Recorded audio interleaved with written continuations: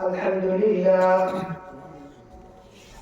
لله نحمده ونستعينه ونستغفره ونؤمن به ونتوكل عليه ونعوذ بالله من شرور أنفسنا ومن سيئات أعمالنا من يهده الله فلا مضل له ومن يضلله فلا هادي له ونشهد أن لا إله إلا الله وحده لا شريك له ونشهد أن سيدنا ومولانا محمدا عبده ورسوله أرسله بالحق بشيرا ونذيرا وداعيا إلى الله بإذنه وسراجا منيرا فقد قال الله تعالى في كلامه المجيد وفرقانه الحميد أعوذ بالله من الشيطان الرجيم بسم الله الرحمن الرحيم قل هو الله أحد الله الصمد لم يلد ولم يولد ولم يكن له كفوا أحد قال النبي صلى الله عليه وسلم تركت فيكم أمرين لن تضلوا ما تمسكتم بهما كتاب الله وسنة رسوله أو كما قال النبي عليه الصلاة والسلام قال تبارك وتعالى إن الله وملائكته يصلون على النبي يا أيها الذين آمنوا صلوا عليه وسلموا تسليما اللهم صل على سيدنا محمد وعلى آل سيدنا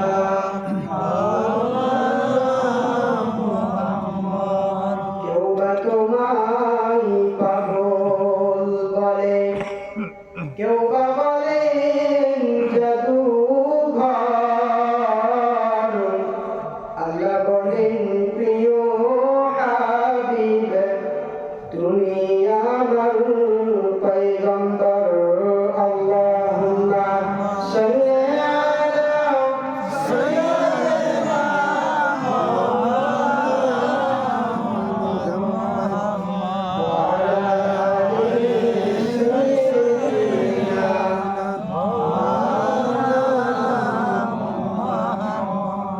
توحيدك يا बात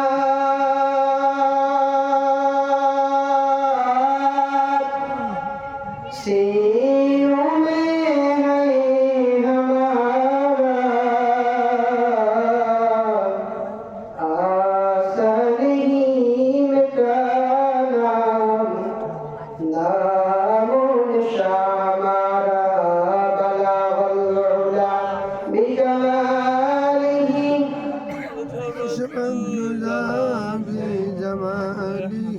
حسنت جميع خصاله صلوا عليه مدينة مدينة عشق مؤمن ঠিকানা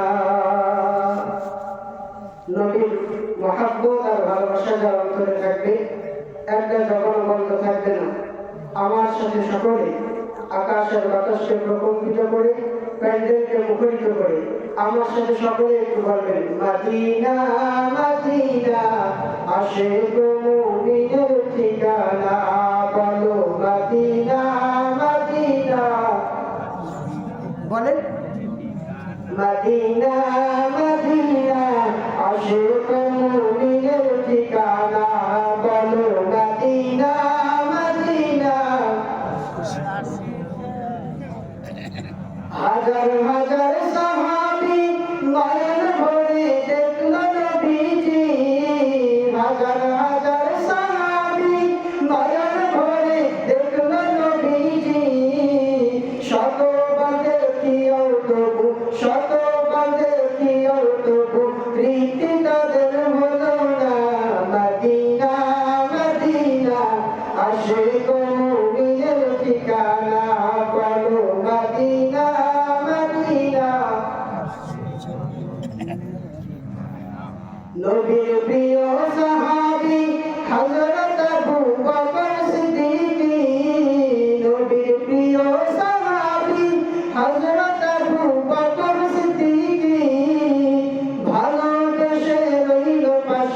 ভালোবেসে রইল পাশে যাইয়া দেখো মদিনায় মদিনা মদিনা আশিক মুমিনের ঠিকানা বলো মদিনা মদিনা আশিক মুমিনের ঠিকানা একটু জিকির হবে লা ইলাহা ইল্লাল্লাহ লা ইলাহা ইল্লাল্লাহ লা ইলাহা ইল্লাল্লাহ মুহাম্মদ লা ইলাহা ইল্লাল্লাহ লা ইলাহা ইল্লাল্লাহ লা ইলাহা ইল্লাল্লাহ ফেরাউন বলে আসিয়া রে মুসার কালিমা সাড়িয়া দে আসিয়া বলে জীবন দেব তবু ছাড়ব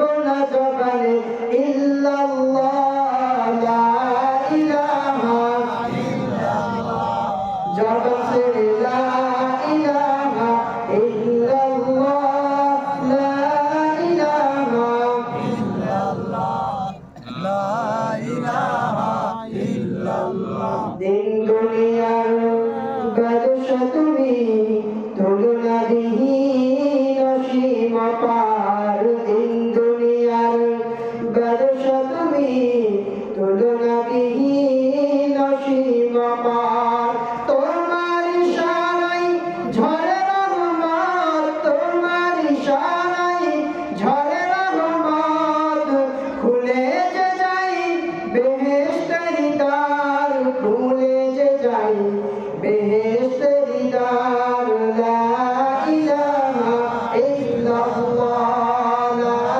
ইলাহা ইল্লাল্লাহ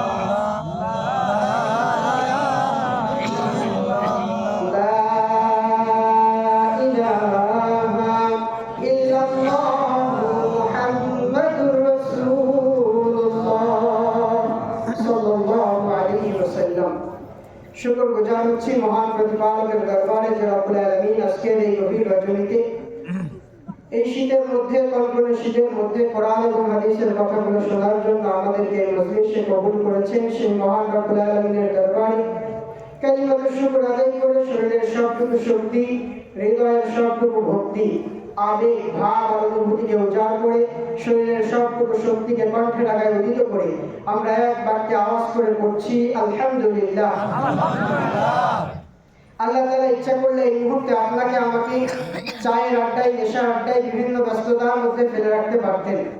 আল্লাহ তাআলা যদি ইচ্ছা করতেন এই মুহূর্তে আপনাকে আমাকে জেলখানার আসামি বানিয়ে কারারুদ্ধ অবস্থায় রেখে দিতে পারতেন। রব্বুল আলামিন যদি চাইতেন এই মুহূর্তে আপনাকে আমাকে অসুস্থ বানিয়ে হাসপাতালের বেডে ফেলে রাখতে পারতেন।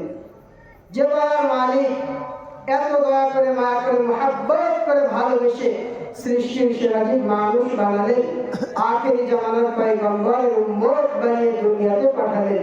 এতে আপনারা খুশি নাকি বেজার? খুশির আওয়াজ আসতে হয় নাকি জোরে হয়? জোরে আওয়াজ করে বলেন তো আলহামদুলিল্লাহ।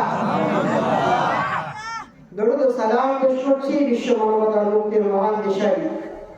যখন ছিল না কোনো আইন, ছিল না কোনো বিধান, গোটা সমাজ যখন গাঢ় কালো আধারে নিমজ্জিত ছিল, যে যুগটাকে যে সমাজটাকে বলা হতো জাহেলিয়াতের যুগ, যে যুগে খুন গুম ধর্ষণ ছিল মানুষের নিত্যদিনের প্রয়াস, এমনই এক ঘুরে ধরা সমাজের ভিতরে রব্বুল আলামিন প্রেরণ করলেন আপনার আমার নবী, কলিজার টুকরা নবী জনাবে মুহাম্মদুর রাসূল। সকলেই কলিজার থেকে বলি সাল্লাল্লাহু আলাইহি ওয়াসাল্লাম। তিনি এসেছিলেন এমনই এক আধারের যুগে, যে যুগটাকে বলা হতো জাহেলিয়াতের যুগ, যে যুগে মানুষগুলো এত নিকৃষ্ট নির্লজ্জ বেলাজা বেশরম, মা তার সন্তানের পরিচয় দেয় না, সন্তান মায়ের খেদমত করে না, ইতাআত করে না, সম্মান করে না। এমনই এক ঘুরে ধরা সমাজের ভিতরে রব্বুল আলামিন আপনার নবীকে প্রেরণ করেছিলেন। নবী আমার জাহেলি যুগের এই অবস্থা দেখি সেজদায় মাথা অবনত হয়ে গেলেন। হে মালিক, এই দৃশ্য চোখে দেখা যায় না, মেনে নেওয়া যায় না, ধৈর্য ধরা যায় না, সহ্য করা যায় না। রব্বুল আলামিন ডাক দেয়া বললেন, জিবরিল আমিন আর করোনা দেবী চলে যাও তাড়াতাড়ি, আমার নবীজি বড় পেরেশান, আমার নবীকে সান্ত্বনা বাণী শোনায় দাও, এই কোরআন আমার নবীজির কাছে নিয়ে যাও। বলেন সুবহানাল্লাহ। নবীর উপরে কোরআনে কারীম নাযিল হওয়া শুরু হলো। ধারাবাহিকভাবে এক একটি সূরা করে করে, এক একটি আয়াত করে করে এক একটি রুকু করে করে নবীর উপরে কোরআন কারীম নাযিল হতে শুরু হলো। দীর্ঘ 23 বছর যাবত আমার আপনার নবীর উপরে কোরআন কারীম নাযিল হলো। এই কোরআনের বিধান দিয়ে, কোরআনের আইন দিয়ে একটি সুন্দর স্টেপ কায়েম করে আপনার আমার নবী দুনিয়ার জমিন থেকে বিদায় নিলেন। যখন আল্লাহ নবীর প্রিয় সাহাবী হযরত আবু বকর সিদ্দিক রাদিয়াল্লাহু তাআলা আনহু তিনি খেলাফতের আসনে বসলেন, ঠিক তখন তিনি দীর্ঘদিন খেলাফতের দায়িত্ব পালন করে তিনি দুনিয়া থেকে বিদায় নিলেন। আসলেন ইসলামের দ্বিতীয় খলিফা হযরত ওমর ইবনে খাত্তাব রাদিয়াল্লাহু তাআলা আনহু। তিনি ইসলামের ঝান্ডাকে উঁচু করে ধরে কোরআনের বাণীকে সমন্বিত করে দীর্ঘদিন তিনার রাষ্ট্রের শাসন আমল শেষ করে তৎকালীন সময়ের কাফের বেঈমানেরা নামাজরত অবস্থায় পিছন দিক থেকে বদলের আঘাতে তাকে শহীদ করে দেওয়া হলো। আসলেন ইসলামের তৃতীয় খলিফা জুনরাইন হযরত উসমান গনি রাদিয়াল্লাহু তাআলা আনহু। তিনি তার শাসন আমলে কোরআন কারীমকে এক জায়গায় করলেন। কোরআন কারীম নাযিল হয়েছিল শুধু হরফগুলো, জের জবর পেশ ছিল না, নুকতা ছিল না। কোরআন কারীমের এই নুকতাগুলো হযরত আলী রাদিয়াল্লাহু তাআলা আনহুর সময় বাম নিচে এক নুকতা, তার উপরে দুই নুকতা, তার উপরে তিন নুকতা, জিমের পেটে এক নুকতা। এখন আমরা দেখলে যেভাবে বুঝতে পারি এই নুকতাগুলো হযরত আলী রাদিয়াল্লাহু তাআলা আনহুর সময় একজন ব্যক্তি লাগিয়ে দিলেন। হাজ্জাজ বিন ইউসুফ নামে একজন ব্যক্তি, ওনার শাসনামলে কোরআন কারীমে যে জগৎ পেশ দিয়ে দেওয়া হলো, মুসলমানদের পড়ার জন্য সহজ করে দেওয়া হলো। আজকে সেই কোরআন আমাদের মসজিদে, আজকে সেই কোরআন আমাদের মাদ্রাসায়, আজকে সেই কোরআন আমাদের সিনার ভিতরে আছে কি নাই? কথা বলেন, আছে না নাই? কিয়ামত পর্যন্ত থাকবে কি থাকবে না? আল্লাহ তাআলা বলে, আমার কোরআনের সাথে যুগে যুগে আমার কোরআনের সামনে মাথা নত করবে যারা, দুনিয়া এবং আখিরাতে সম্মানিত হবে তারা। আর কোরআনের কাছে মাদকবাড়ি করতে আসবে যারা, নিজেদের মন গড়া আইন আর বিধানকে প্রতিষ্ঠা করতে চাইবে যারা, আল্লাহ বলে আমার নাম আল্লাহ, আমার কোরআনের সাথে দেবে যারা আল্লাহ, ওদের দেহ থাকবে, দেহর সঙ্গে রাখবো না আমি আল্লাহ, ওদের ঘাড়ের কল্লা। একবার আওয়াজ দিয়া কন্যা সুবহানাল্লাহ। আজকে সেই কোরআন থেকে আজকে আমরা কথা শুনবো ইনশাআল্লাহ। চমৎকারের রজনীতে কোরআন কারীমের আমি খুবই গুরুত্বপূর্ণ একটি সূরা আমি আপনাদের সামনে তেলাওয়াত করেছি। সূরাটির নাম হলো সূরাতুল ইখলাস। সূরাটির নাম সবাই একটু বলেন তো কি? সূরাতুল ইখলাস। এই সূরাতুল ইখলাস বললে অনেকে চিনি না, অনেকে বুঝি না। আবার যদি এটা বাংলা নাম বলি যে কুল হু আল্লাহ সূরা, তাহলে সবাই বুঝতে পারি। কুল হু আল্লাহ সূরা আমি মনে করি এখানে যারা আছেন অধিকাংশ মানুষেরই মুখস্থ আছে। কি বলেন, আছে না নাই? মুখস্থ আছে। তো এই সূরাটি আল্লাহ তাআলা খুবই ছোট্ট একটি সূরা। এই সূরার ভিতরে আমরা শুধু মুখস্থ জানি, আমরা জানি যে সূরাটি কুল হু আল্লাহু আহাদ আল্লাহু সামাদ, চারটি আয়াত আমরা মুখস্থ জানি, কিন্তু এই সূরার ভিতরে আল্লাহ তাআলা কি বরকত দিয়েছেন, কি ফজিলত দিয়েছেন এটা আমরা জানি না। এই চমৎকার সময়ে আমরা সূরাতুল ইখলাস থেকে একটু কথা শুনবো। সূরাতুল ইখলাসের বরকত ফজিলত সম্পর্কে তাফসীর নিয়ে আমরা সংক্ষিপ্ত সময়ে কথা বলবো। এরপরে দোয়া হয়ে বিদায় হয়ে যাবে ইনশাআল্লাহ। বেশি রাত করবো না, এই শীতের সময় আপনাদেরকেও কষ্ট দিব না, আমিও কষ্ট পাবো না। এজন্য ধৈর্য সহকারে বসবেন। আর এদিকে ওদিকে অনেকেই কথা বলছেন, বাজারেরা আমি আপনাদের পায়ে হাত রেখে অনুরোধ করে বলছি, যারা এই এলোমেলোভাবে কথা বলছেন কথাগুলো একটু বন্ধ করতে হবে। কারণ কোরআনের মাহফিল যেখানে হয়, কোরআনের আলোচনা যখন হয়, আল্লাহ তাআলা বলেছেন লা তাসমাউ লিহাযাল কুরআন, কোরআনের আলোচনা যখন হবে তখন চুপ থেকে কান খাড়া করে শুনতে হবে, কেউ এদিকে ওদিকে তাকানো যাবে না। এজন্য আমি সরাসরি আলোচনায় চলে যেতে চাই, যদি আপনাদের কাছ থেকে অনুমতি পাই। আপনারা কি রাজি আছেন ভাই? ইনশাআল্লাহ। আসেন, সূরা ইখলাসের প্রাইমারি ইনফরমেশনটা আমরা মুখস্থ করে নেব সবাই। আমি বলবো, এরপরে প্রশ্ন হবে, উত্তর হবে। সূরাটির নাম হলো সূরাতুল ইখলাস। সবাই একটু আমার সাথে নামটা বলেন, সূরার নাম কি? সূরাতুল ইখলাস। কোরআন কারীমের ভিতরে আল্লাহ তাআলা সূরা দিয়েছেন মোট 114টি। কতটি সবাই একটু বলেন তো? 114টি সূরার ভিতরে সূরা ধারাবাহিক সিরিয়াল অনুযায়ী সূরাতুল ইখলাস হলো 112 নম্বর সূরা। কত নম্বর সূরা? 112 নম্বর সূরা। এই সূরার ভিতরে আল্লাহ তাআলা আয়াত সংখ্যা দিয়েছেন 4টি। কতটি? 4টি। এই সূরার ভিতরে আল্লাহ তাআলা শব্দ, সেন্টেন্স, বাক্য দিয়েছেন মোট 17টি। কতটি? 17টি। আর এই সূরার ভিতরে আল্লাহ তাআলা হরফ দিয়েছেন, অক্ষর দিয়েছেন 47টি। তাহলে 47টি হরফ দিয়ে, 15টি বাক্য দিয়ে, 4টি আয়াত দিয়ে, একটি রুকু দিয়ে এই সূরাকে নাজিল করলেন যিনি, আপনার এবং আমার রব হলেন তিনি। একবার চিল্লায় সেই রবের নামটা আওয়াজ করে বলেন তো আল্লাহ। এবার আসেন সূরাতুল ইখলাসের প্রাইমারি ইনফরমেশন আমরা জানলাম। সূরাতুল ইখলাস 30তম পারায় অবস্থিত, 112 নম্বর সূরা। সূরা ইখলাসের ভিতরে 4টা আয়াত আছে, 15টা শব্দ আছে, 47টা হরফ আছে। এবার আমরা সূরাতুল ইখলাসের ধারাবাহিক সূরাতুল ইখলাস, এই সূরাটির নাম আল্লাহ তাআলা দিয়েছেন। শুধু একটি নাম নয়, যেমন এখানে আমরা যারা আছি নাম ছাড়া কোনো মানুষ আছে? সবার নাম আছে, 1টা 2টা 3টা 4টা 5টা, এক একজনের এক একটা নাম আছে। তো আল্লাহ তাআলা কোরআনে কারীমে সূরা দিয়েছেন 114টি। প্রত্যেকটি সূরার 1টি 2টি 3টি 4টি 5টি 40টা পর্যন্ত নাম দিয়েছেন। বলেন সুবহানাল্লাহ। এই সূরাতুল ইখলাসের আল্লাহ তাআলা নাম দিয়েছেন 4টি। কতটি? এই নাম সম্পর্কে আগে আলোচনা করি। সূরাতুল ইখলাস, এই সূরাতুল ইখলাসের নাম হলো 4টি। 1 নম্বর সূরাতুল ইখলাস, ইখলাস নাম। ইখলাস নাম কেন নামকরণ করলেন? ইখলাস শব্দের আবিধানিক অর্থ হলো বিশ্বাস করা। তো আল্লাহ তাআলা যেহেতু এই সূরার ভিতরে তার নিজের পরিচয়কে তুলে ধরেছেন, এজন্য আল্লাহ তাআলা এই সূরাটির নাম দিয়েছেন ইখলাস। অর্থাৎ ইখলাসের সাথে, বিশ্বাসের সাথে আল্লাহ তাআলার এই পরিচয়কে মানতে হবে।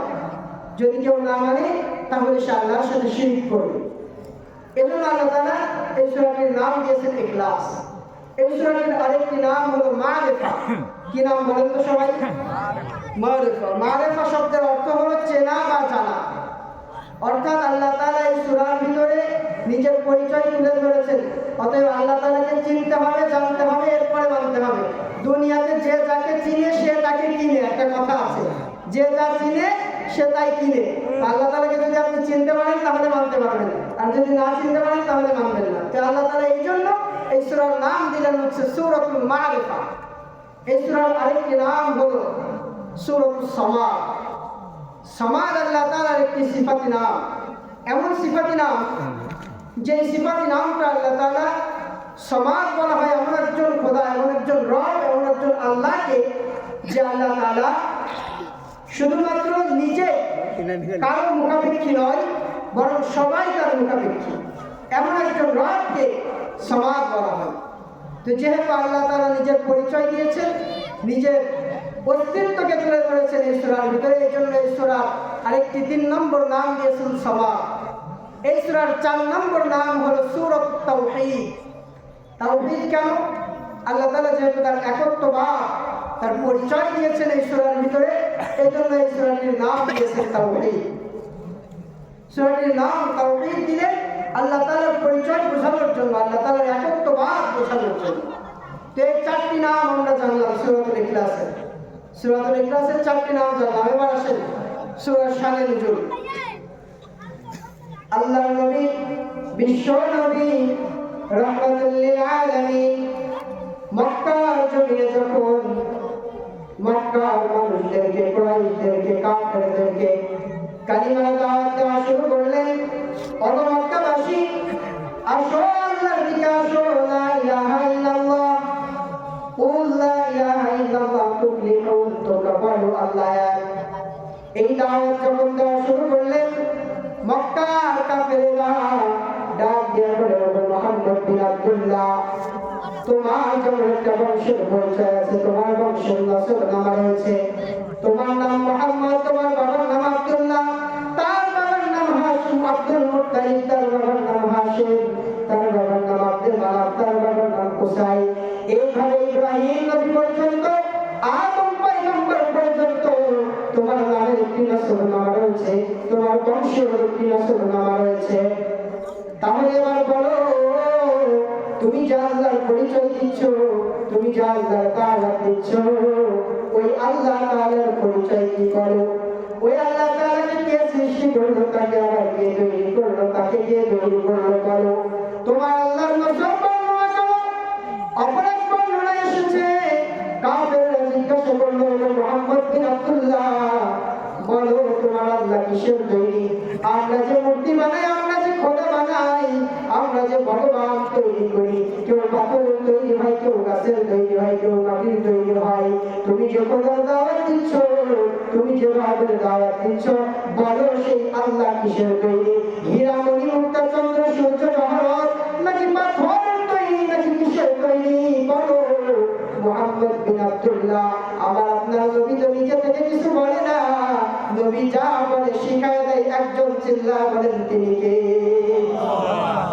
আল্লাহ তাআলা ডাক দিয়া বললেন, ওগো আমার নবী, আপনি আপনার উম্মতদেরকে বলে দিন, কুল হে নবী আপনার উম্মতদেরকে বলে দিন, মক্কাবাসীকে জানিয়ে দিন, হুয়াল্লাহু আহাদ, আমাদের আল্লাহ হলেন একজন।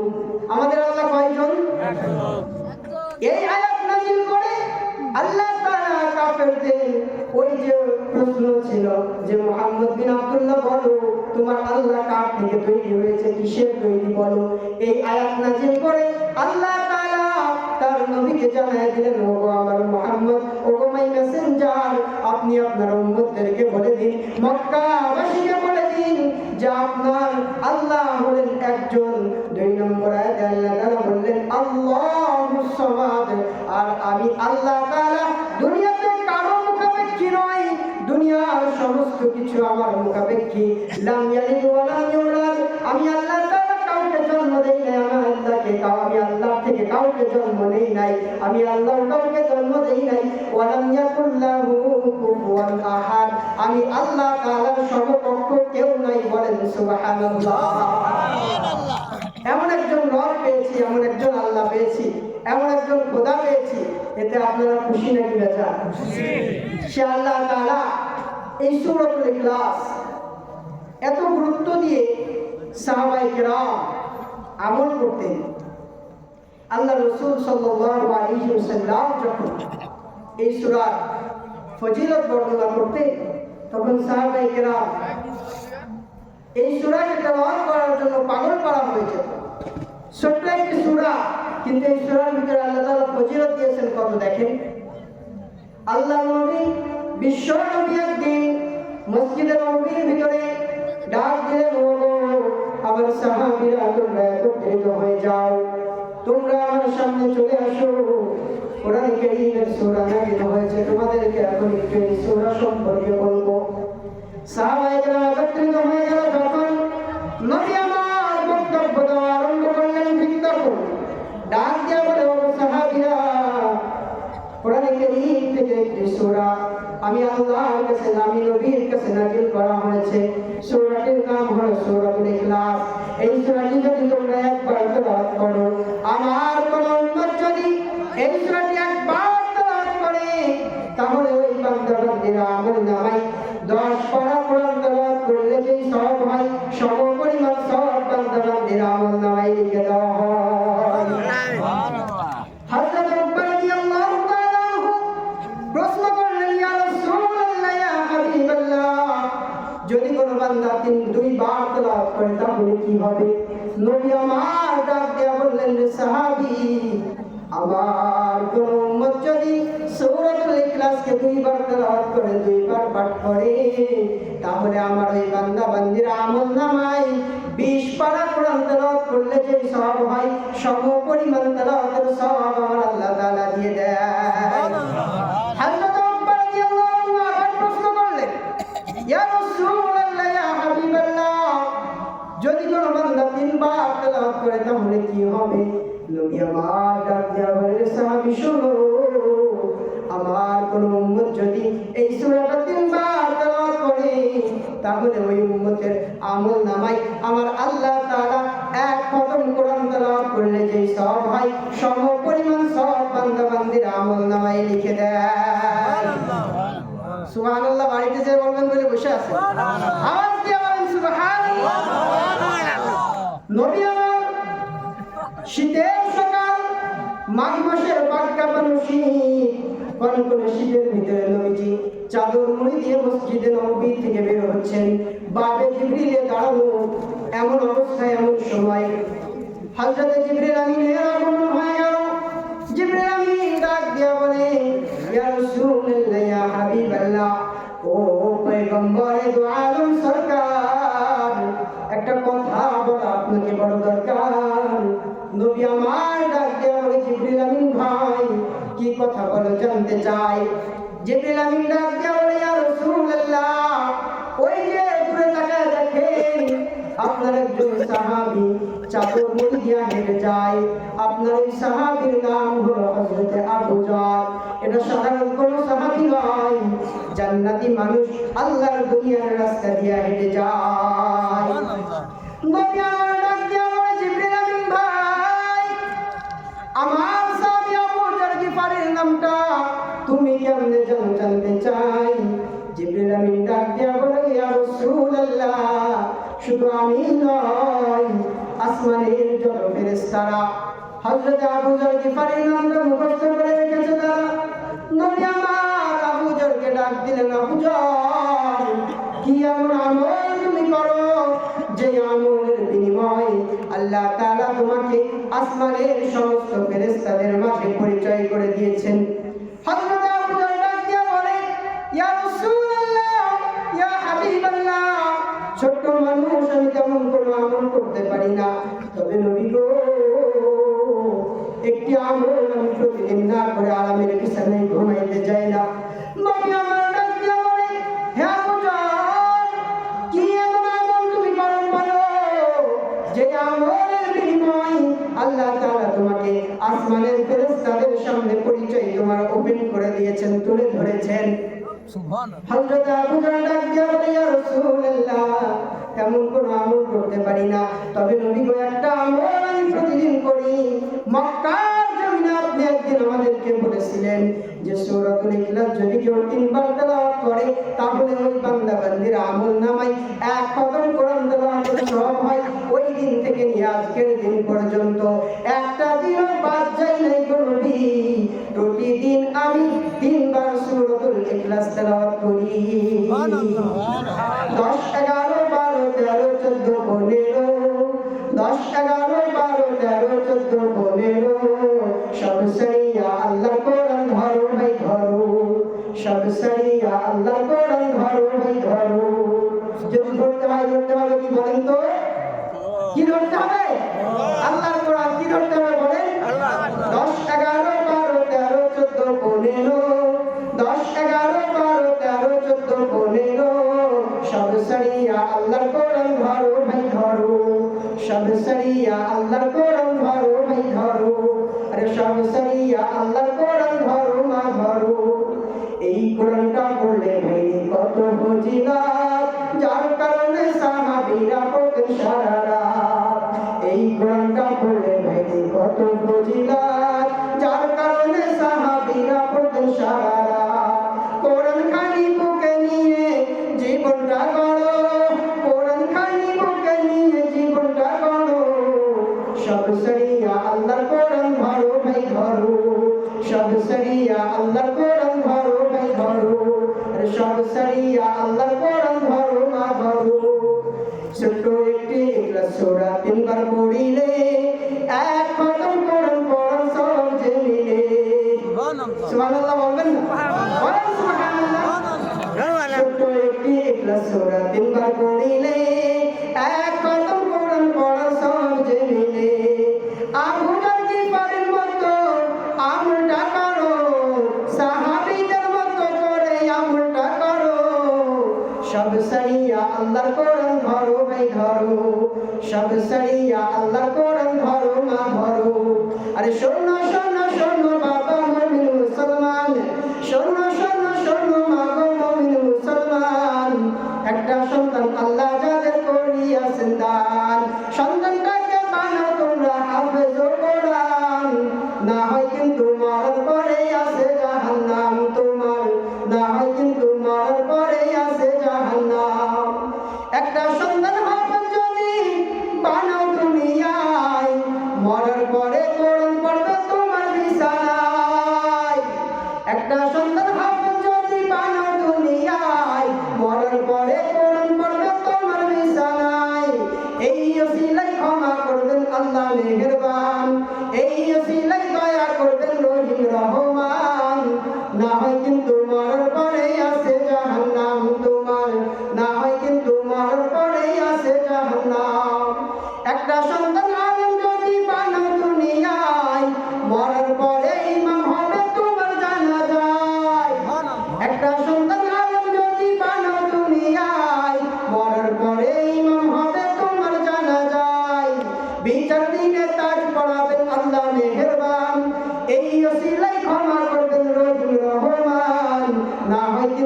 মরার পরে আছে জাহান্নাম, তোমার না হয় কিন্তু মরার পরে আছে জাহান্নাম। সন্তানকে কোরআন শিখাইতে রাজি আছেন? সন্তানকে হাফেজ বানাই আলেম বানাইতে হবে, না হইলে আপনার জানাজা ওই ভাড়া করা মৌলবি দিয়ে পড়ানো আর নিজের সন্তান পড়ানো এক জিনিস। কি বলেন, এক হয়? বলুন। ভাড়া করে একজনে নিয়ে আসবেন দূর থেকে, সে আপনার জানাজা পড়াবে আর আপনার নিজের সন্তান আপনার জানাজা পড়াবে। দুইটা জিনিস কখনো এক হবে? কখনোই এক হবে না। আপনার সন্তান যখন জানাজা পড়াবে, ও যখন আল্লাহু আকবার বলে তাকবীর বলবে, চোখের পানিতে মুখ ভিজে যাবে। কথা বলেন ঠিক কি না? আর ওই ভাড়া করা মৌলবি আসবে, উনি জানাজা পড়াই দিয়ে চলে যাবে। ও চোখ দিয়ে পানিও বের হবে না, আপনার জন্য ওই মহাব্বতও আসবে না, ভালোবাসাও আসবে না। কারণ সে তো আসছে তার দায়িত্ব, সে দায়িত্ব পালন করে যাচ্ছে। কিন্তু আপনার নিজের সন্তান যখন জানাজা পড়াবে, তখন বুক ভরা আবেগ আর ভালোবাসা দিয়ে যখন চোখের পানি ছেড়ে দিয়ে জানাজার নামাজে দাঁড়িয়ে যাবে, ওই সময়টাই তখন আল্লাহ তাআলা ওই হাফেজে কোরআন আলেমের চোখের পানির বদৌলতে আল্লাহ তাআলা চাইলে আপনাকে মাফ করে দিতে পারেন। এজন্য প্রিয় উপস্থিতি, নিজের সন্তানকে হাফেজ আলেম বানাইতে হবে, কোরআন পড়াইতে হবে। এই কোরআন যারা মুরব্বী হয়ে গিয়েছেন, এখন তো আর পড়া সম্ভব নয়, আপনারা পারেন না, অন্তত এতটুকু আমল আপনারা কি আজকে বাড়িতে নিয়ে যেতে পারবেন? আমার মনে হয় এখানে যারা আছেন সবাই জানেন সূরাতুল ইখলাস। আজকে থেকে এতটুকু আজ বাড়িতে নিয়ে যাবেন যে সবাই প্রতিদিন অন্তত 3 বার করে সূরাতুল ইখলাস পড়বেন। পারবেন? কি বলেন, পারবেন? যদি এই আমলটা করতে পারে, তাহলে আজকের এই এত আয়োজন করা, মাইক লাইট প্যান্ডেল নিয়ে আসা, এই এত খরচ করে, এটা সার্থক হবে। এখান থেকে একটা মানুষ যদি এমন তৈরি হয় যে মানুষটা প্রতিদিন সূরাতুল ইখলাস তেলাওয়াত করবে 3 বার, তাহলে আমি মনে করি আজকের এই আয়োজন, আমাদের এত দূর থেকে আসা, কথা বলা, এই আয়োজন করা সব কিছু সার্থক হবে, সফল হবে যখন আমরা আমলে পরিণত করবো। আমরা ওয়াজ সবাই জানি, সবাই পারি, সবাই বুঝি, কিন্তু আমল করি না, এটা হলো বড় জিনিস। এজন্য আজকের সমাজে যা শুনেছেন সব ভুলে যান, সমস্যা নেই। শুধু এতটুকু জিনিস বাড়িতে নিয়ে যাবেন যে 3 বার সূরা ইখলাস প্রতিদিন পড়বেন। ঠিক আছে তো? ইনশাআল্লাহ, ইনশাআল্লাহ। আর আজকের এই সুন্দর আয়োজন করেছেন আপনাদের এলাকার কৃতি সন্তান, আপনারা জানেন মাওলানা আশিকুর রহমান মেহেরপুরি, আমার প্রিয় ভাই, খুব কাছের মানুষ, মহব্বতের মানুষ। একসাথে দীর্ঘদিনের চলা, সারা দেশে একসাথে কথা বলা, আলোচনা করা, দেশ থেকে দেশান্তরে, আবার চুয়াডাঙ্গাতেও ভাই গিয়েছিলেন গত 2-3 মাস মতো আগে।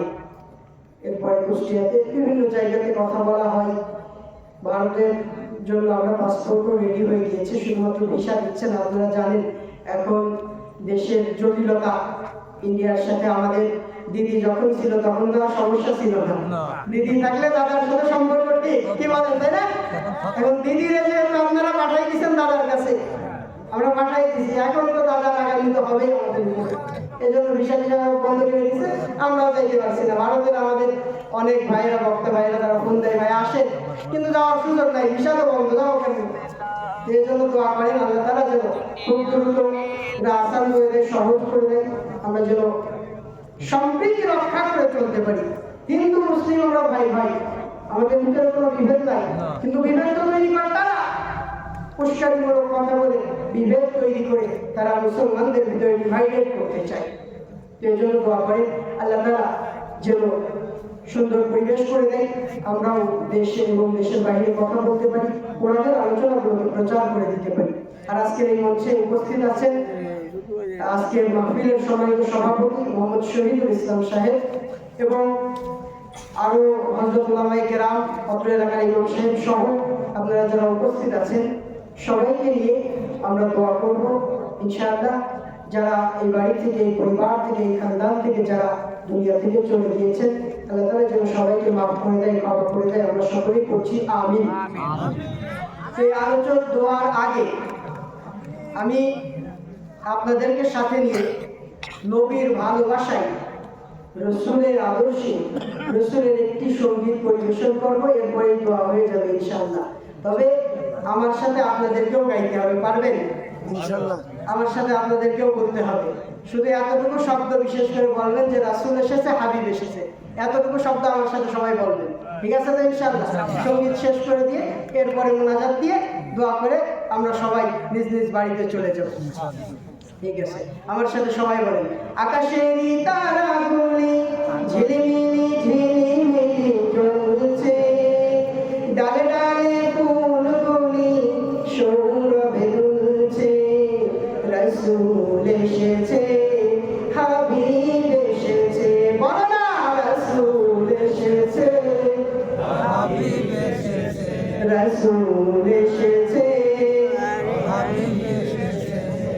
আরব দেশে কাবার পাশে মানবের মহামানব এসেছে, আমিনার কোলে চন্দ্র দোলে, পাখিরা ডালে ডালে গান ধরেছে, হুজুর এসেছে, রাসূল এসেছে, হাবিব এসেছে, বলো না রাসূল এসেছে, হাবিব এসেছে, আওয়াজ করে রাসূল এসেছে,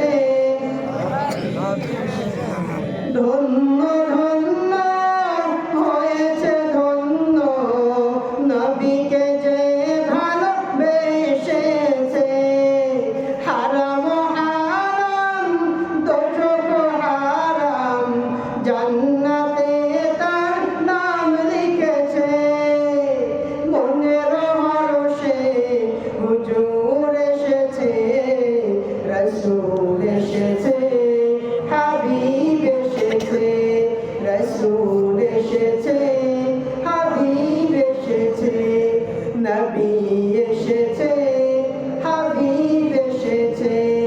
আকাশেরই তারাগুলি ঝিলিমিলি ঝিলিমিলি জ্বলছে, ডালে ডালে ফুলগুলি সৌরভে দুলছে, রাসূল এসেছে, হাবিব এসেছে, রাসূল এসেছে, হাবিব এসেছে।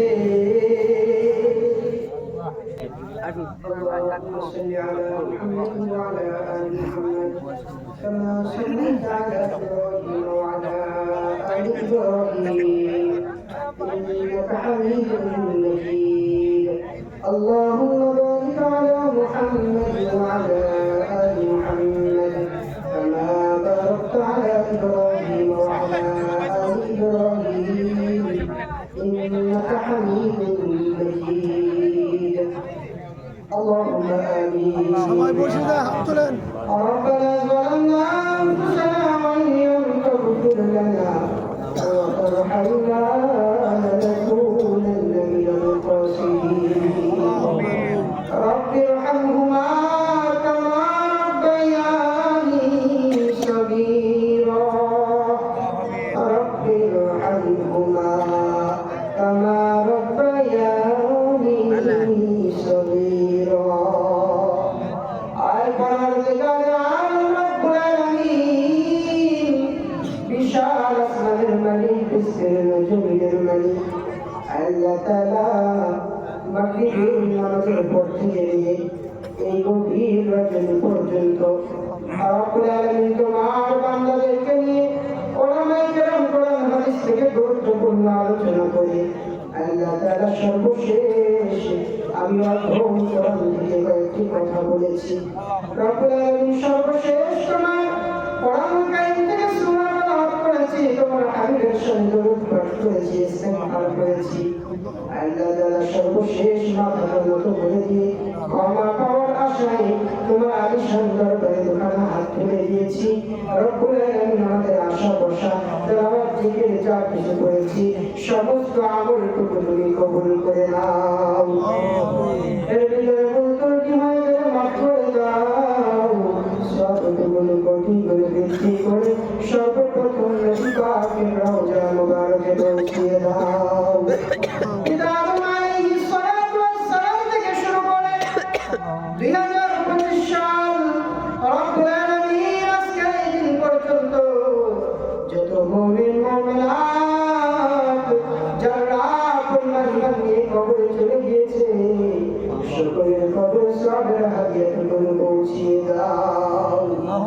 এই সকলের জিন্দেগি তামাম গুনাহ খাতাগুলোকে মাফ করে দাও। আল্লাহ তাআলা আমরা যারা দুটো হাত তুলে আবেদন করছি, জানি না আমাদের ভিতরে কার চরম দুঃখী মা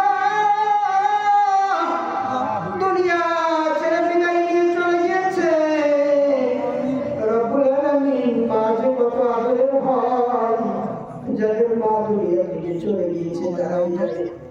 এখানে আমার বান্দা আছে, মাহফিল শেষ করে বাড়িতে যাওয়ার পর মাকে মা বলে রাখতে পারবে।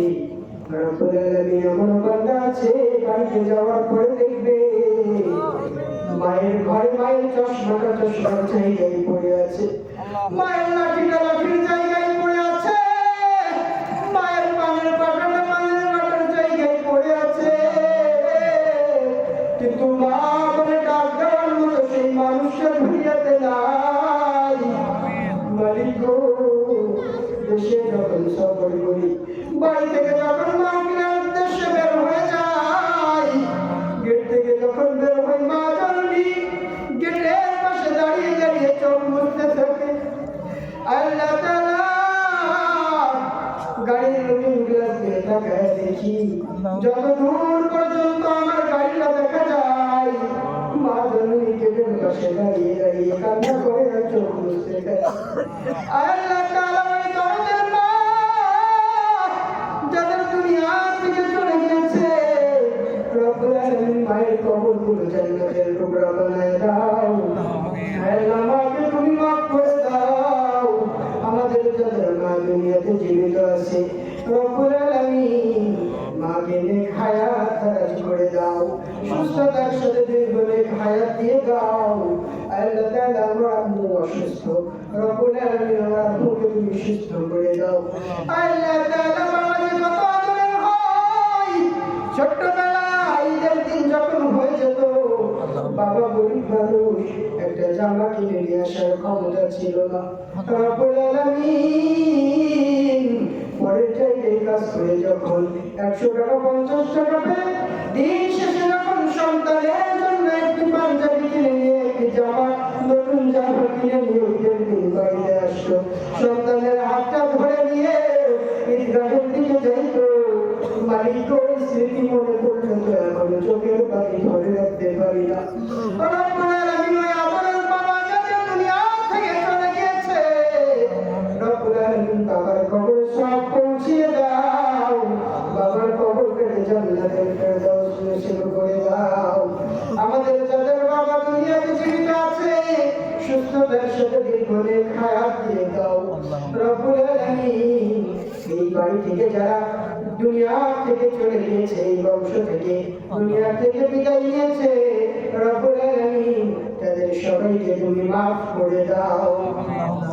আল্লাহ তাআলা, দুনিয়ার কোনো কারণে যদি তাদের আযাব হয়ে থাকে, কোনো গুনাহের কারণে যদি কবরে কষ্ট দিয়ে থাকো, মালিক গো, আজকের এই দোয়ার ওসিলায় তাদের কবরগুলো তুমি জান্নাতুল ফেরদাউস নসিব করে দাও। আল্লাহ তাআলা, আমার প্রিয় ভাই যার ওসিলায়, যার উদ্দেশ্যে এলাকায় আসা মাওলানা আশিকুর রহমান ভাইকে তুমি কবুল করে দাও। দ্বীন এবং ইসলামের জন্য আমার ভাইকে তুমি কবুল করে দাও। আল্লাহ তাআলা, এই গোটা ভবানীপুরবাসীকে কবুল করে নাও।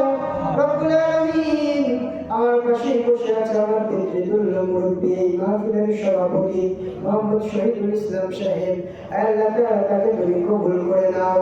দ্বীন ইসলামের জন্য কবুল করে নাও, মানুষের খেদমতের জন্য দীর্ঘ নেক হায়াত দিয়ে দাও। রব্বুল আলামিন, আমার এক পাশে বসে আছেন এলাকার ইমাম, আল্লাহ আমার পিতৃতুল্য মুরব্বী, রব্বুল আলামিন হযরতকে তুমি দীর্ঘ সুস্থতার সাথে নেক হায়াত দিয়ে দাও। দ্বীন ইসলামের খেদমত করে মানুষের সেবা করে দুনিয়া থেকে যেতে পারে সেই তৌফিক দিয়ে দাও। রব্বুল আলামিন, আমার বাবাজিরা সামনে বসে আছে, ছোট ছোট মাসুম বাচ্চারা আছে, কলিজার টুকরা যুবক ভাইরা রয়েছে, রব্বুল আলামিন আমার কলিজার টুকরা যুবক ভাইদেরকে আল্লাহ ওমরের মতো কবুল করে নাও, উসমানের মতো কবুল করে নাও। রব্বুল আলামিন মুরব্বী বাবাজিদেরকে আল্লাহ বকরের মতো কবুল করে নাও। রব্বুল আলামিন, আমার মাঝে পর্দা বসে আছে, আল্লাহ সন্তানদেরকে আসিয়া খাদিজা মরিয়মের মতো কবুল করে নাও রব্বুল আলামিন আমাদের সবাইকে তোমার দ্বীনের জন্য কবুল করে নাও এই ভবানীপুরের মাটির নিচে যত মুমিন মুমিনাত শহীদ আছে রব্বুল আলামিন সকলের কবর সওয়াব পৌঁছিয়ে দাও দুনিয়ার এক প্রান্ত থাকলে অপর প্রান্ত থেকে খবর নেওয়া যায় আল্লাহ ইন্টারনেটের মাধ্যমে আধুনিক যুগ ডিজিটাল পদ্ধতির মাধ্যমে দুনিয়ার এক প্রান্ত থেকে নিয়ে অপর প্রান্ত পর্যন্ত ভিডিও কলের মাধ্যমে সব কিছু দেখা যায় কিন্তু বাড়ির পাশে নিজের এলাকায় তো বাসবাগান বাবাকে মাকে দাদাকে দাদিকে নানায় রাখছে কবরের ভিতরে এখনো তো একটিবার টেলিফোন করে বা খোঁজ নেওয়ার মতো কোনো পদ্ধতি নাই মালিক কবর কি হালতে আছে কোন হালতে আছে জানি না আল্লাহ তাআলা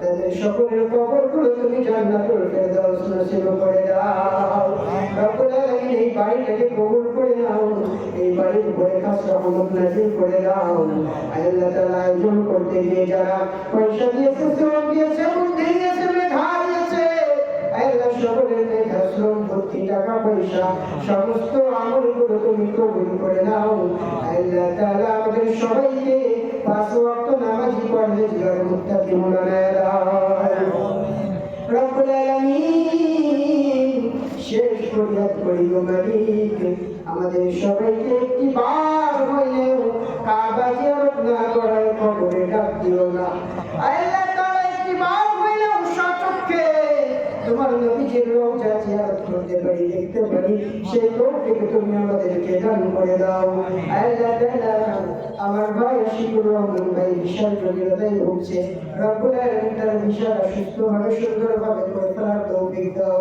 আল্লাহ তাআলা বিশাল জটিলতা দূর করে দাও রব্বুল আলামিন আমাদের সবাইকে তোমার দ্বীনের জন্য কবুল করে নাও আজকে যে আয়োজন করা হয়েছে আয়োজনের ভিতরে বরকত দিয়ে দাও রব্বুল আলামিন সমস্ত আয়োজনকে বরকতের সাথে তুমি কবুল আর মঞ্জুর করে নাও আল্লাহ তাআলা যা দুহাত তোমার দরবারে পছন্দনীয় হয় ওই হাতের ওসিলায় এবং হুজুর পাক সাল্লাল্লাহু আলাইহি ওয়াসাল্লামের তোফায়ে আজকে এই দোয়াটি কবুল আর মঞ্জুর করে নাও আশায়ে মুবাশশারা একজন সাহাবীর ওসিলায় আজকের এই দোয়াটি কবুল করে নাও রব্বুল আলামিন তোমার হাবিব তো বলেছে সাদা দাড়িওয়ালা মুরব্বীরা যখন তোমার দরবারে হাত তুলে দিয়ে কিছু চাই সেই হাত ফিরাই দিতে তুমি লজ্জা পাও মালিক কত তাকায় দেখো কুদরতের নজর দিয়ে তাকায় দেখো এই শীতের ভিতরে সাদা দাড়িওয়ালা মুরব্বীরা